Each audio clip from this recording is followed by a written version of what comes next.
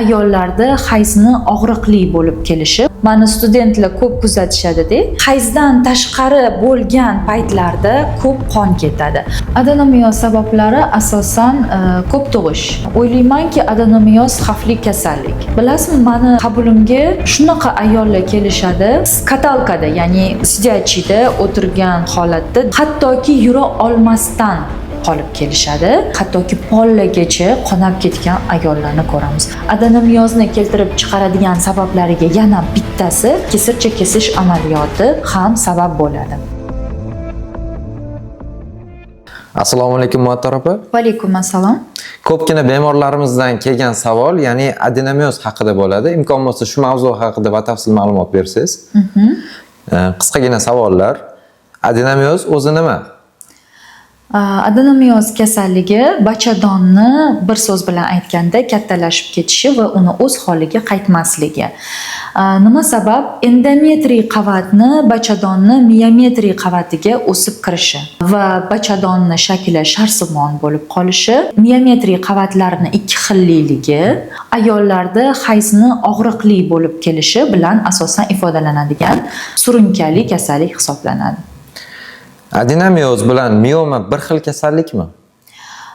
Yo'q, adenomiyoz bilan mioma bir xil kasallik emas. Xalq uchun mani studentlar ko'p kuzatishadi-da, rosayam tushunarli bo'lishi uchun keling sizlarga buni chizib ko'rsataman. Misol uchun, tug'magan ayollarda bachadonni olaylik, noksimon, endometriy qavat, ya'ni tuxumdonlar deylik. Bu norma bachadon. 4-5 cm o'rtasida bo'ladi. 2, 4, 5 ta tuqqan ayollarda bachadon sharsimon bo'ladi va endometriy qavatdan miometriy qavatga o'sib o'tishi. Endometriy qavatdan miometriy qavatga o'sib o'tishi adenomiyoz kasalligi hisoblanadi. Va ko'rganingizdek noksimon emas, o'sha bachadonimiz endi sharsimon, katta va qisqarmagan. 6-7 santimetrlik birinchi, ikkinchi, uchinchi darajali adenomiyoz kasalliklari farqlanadi.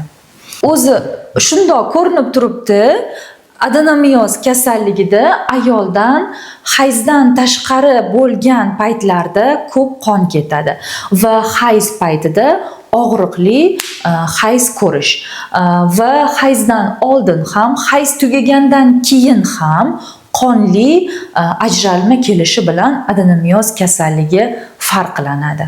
Mioma bilan adenomiyoz farqi qanaqa? Mioma bilan adenomiyoz kasalligini farqi asosan norma bachadonda ham mioma uchrashi mumkin. Miometriy qavatda tuguncha paydo bo'lishi. Bu albatta xalq uchun yoki yangi boshlagan studentlar uchun intramural, submukoz va subseroz miomachalarni bo'lishi. Yokida adenomiyoz kasalligi bilan miomani birga uchrashi. Bu xavfli hisoblanadi. Ham adenomiyoz, ham miomani uchrashi. Eng xavfli mioma bu endometriy qavatda uchragan mioma. Ya'ni endometriydan odatda bilamiz qon keladi, hayz ko'radi ayol va endometriydagi miomani albatta olib tashlash tavsiya qilinadi. Yokida ham adenomiyoz, ham mioma bilan keladigan kasallikda albatta bachadon bilan birga olib tashlanadi. Bunga asosiy kriteriyalar bor. Bachadonni santimetri, ya'ni kattaligi 7 santimetrdan 8 santimetrdan katta bo'lsa, adenomiyoz bilan mioma birgalikda kelsa va albatta birinchi navbatda shikoyatiga qarab, ya'ni ayoldan qon ketish to'xtamasa, hayz faoliyati razmeriga qaramaydi, o'lchamiga qaramaydi. Masalan, bachadon 4 yoki 5 santimetr bo'lib turib, ayol to'xtovsiz ayoldan qon ketsa, gormonal preparatlar unga ta'sir qilmasa, albatta bachadonni olib tashlashga ko'rsatma bo'ladi. Muattar opa, endi adenomiyozni sabablari haqida ma'lumot bersangiz. Adenomiyoz sabablari asosan ko'p tug'ish, gormonal buzilishlar, abort sonini ko'p bo'lishi, erta hayz ko'rish yoki kechki hayzdan qolish. Ya'ni 13 yoshdan ertaroq hayz ko'rish. Baribir hammasi endokrinologik gormonal buzilishlarga borib taqaladi. Va 50 yoshdan keyin ham hayz ko'rishi asosiy sabablar. Bundan tashqari semizlik, ortiqcha vazn, davleniya, genital va ekstragenital kasalliklar ham sabab bo'ladi. Adenomioz xavflimi yoki shunchaki og'riqli holatmi? O'ylaymanki, adenomioz xavfli kasallik. Bilasizmi, meni qabulimga shunaqa ayollar kelishadi, hattoki yura olmasdan katalkaga yotqizganimda уже qonab ketadi hamma yoq. Shu darajada 4-darajasida ayollar qonini to'xtata olmay qolishadi. Birinchi, ikkinchi bosqichlarda hayz davomida ayollardan qon ketganda beparvo bo'lib, gormonal davolansam yaxshi bo'lib qolaman deb yurishadi. Shifokor operativ lecheniyani tavsiya qilganda esa bu noto'g'ri yoki tabiblarga borishadi yokida shifokor noto'g'ri aytdi deb turli xil ginekologlarda yoki xirurglarda davolanib yurishadi. Va oxir oqibat menga juda ham ko'p patsientlar kelishadi shu holatdaki katalka hattoki pollagacha qonab ketgan ayollarni ko'ramiz. Bu holatda albatta xavfli hisoblanadi. Bu albatta 3-4-darajadagi adenomioz haqida gapiryapman men.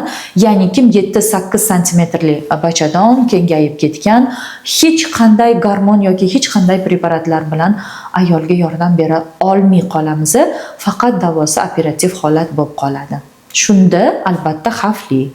Adenomioz o'z-o'zidan yo'qolib ketishi mumkinmi? Adenomioz o'z-o'zidan yo'qolib ketmaydi.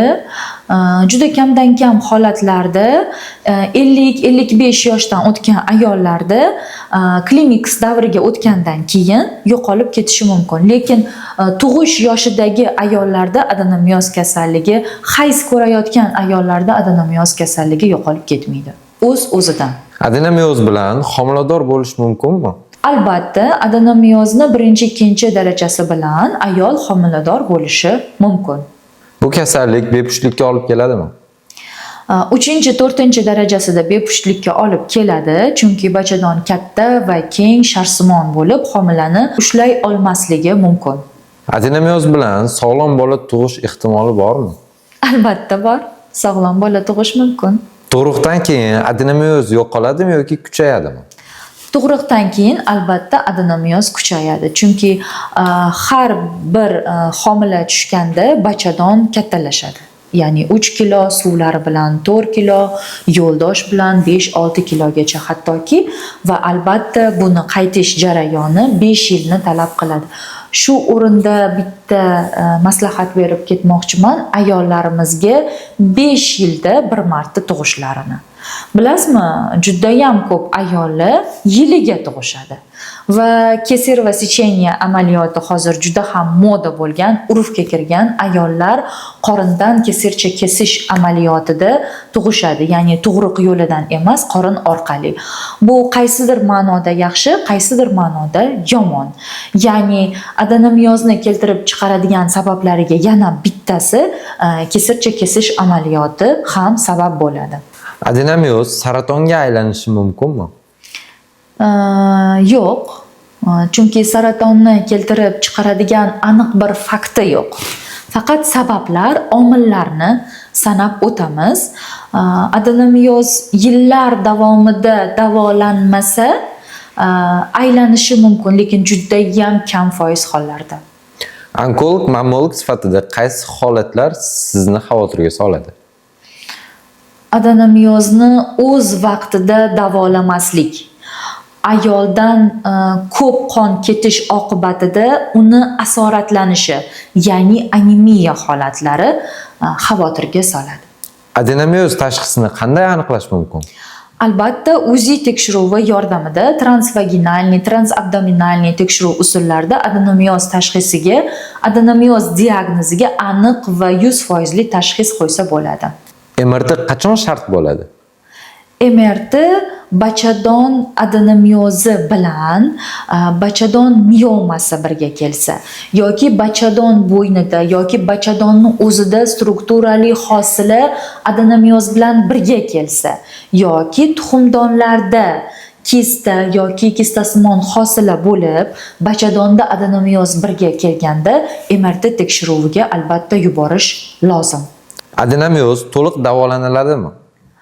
Adenomioz to'liq davolaniladimi degan savolga yuqorida ham javob berib o'tib ketdim. Adashmasam, tug'ish yoshidagi ayollarda, ya'ni 30-40 yoshli, 25-45 yoshli ayollarda uni davosi qiyinroq, ya'ni gormonal faoliyat doim ayollarda buzilib turadi. Har oy messenjni ko'rishadi ayollar, farzandli bo'lishadi, emizikli bo'lishadi. Bu holatlarda qiyinroq. Lekin 45-50 yosh, yana qaytarib aytaman, klimakter davrga o'tayotgan ayollarda davolash osonroq kechadi. Motropi turmushga chiqmagan qizlarda ham adenomioz bo'lishi mumkinmi? Yo'q, judayam men hali turmushga chiqmagan qizlarda adenomioz diagnozi qo'ymaganman 10 yillik tajribamdan. O uchramaydi. Kitoblarda 1-2% uchrashi mumkin. Buni sababi autoimmun kasalliklar, endokrin kasalligi bor qizlarda uchrashi mumkin. Operatsiyasiz davolash mumkinmi? Albatta, adenomiozni 1-2 darajasida gormonal terapiya bilan adenomiozni davolash mumkin. 3-4 darajasida esa albatta operativ lecheniya tavsiya qilaman. Xalq tabobati yordam beradimi yoki vaqt yo'qotishmi? Vaqt yo'qotish. Adenomioz bo'lsa, hayot tugadi. Bu qanchalik to'g'ri? Noto'g'ri, 100% noto'g'ri. Hayz og'riqli bo'lishi normal degan gap rostmi? Hayz og'riqli bo'lishi bu normal holat emas. Demak, ayolda qandaydir kasallik borki, hayz og'riqli bo'lyapti. Spiral adenomiozni kuchaytiradimi? Bu ham mif. Spiral to'g'ri qo'yilsa, ayolni konstitutsiyasiga to'g'ri o'lchamlardagi spiralni tanlab qo'yilsa, adenomiozni kuchaytirmaydi. Naborot, shunaqa spirallarimiz bor, masalan, Mirena aynan adenomioz kasalligi uchun tanlab qo'yiladi va bachadonni kichraytirish xususiyatiga ham ega. Stress bu kasallikni qo'zg'atadimi? Stress har bir kasallikni qo'zg'atadi. Stressga men oldin ham, keyin ham qarshi bo'lganman, doim qarshiman. Adenomioz bilan yashayotgan ayollarga sizni asosiy maslahatlaringizdan biri. Adenomioz bilan kasallangan ayollarga har 6 oyda, lozim bo'lsa har 3 oyda UZI tekshiruvini tavsiya qilaman. Ginekolog nazoratidan har 3 oyda o'tishlarini tavsiya qilaman va albatta gormonal preparatlar bilan davolanayotgan bo'lsa, uni ham me'yori bor, ya'ni muddati bor. 2 oy, 3 oy, 6 oygacha. Ba'zan ayollar bilasizmi, adenomiozni davolash uchun yillab gormon preparatlar qabul qilishadi, lekin shunga qaramasdan ayol qon ketib yuradi. Bachadonidan voz kecha olmaydigan ayollar bo'ladi. Bachadonim ketsa hayotim tugab qoldi deb o'ylashadi. Yo'q, ayol tug'ib bo'lsa, yoshi 40 dan o'tgan bo'lsa, agar adenomioz kasalligi bilan qiynalayotgan, qon ketayotgan, og'riqli holatlar bo'layotgan bo'lsa, bachadonidan voz kechishini, ya'ni operativ lecheniyani tavsiya qilaman. Qaysi xatolarni ayollar eng ko'p qiladi? Adenomioz bilan bog'liq xatolar demoqchimisiz? Albatta. Hayz faoliyati buzilgan ayollar o'z vaqtida shifokorga bormasligi.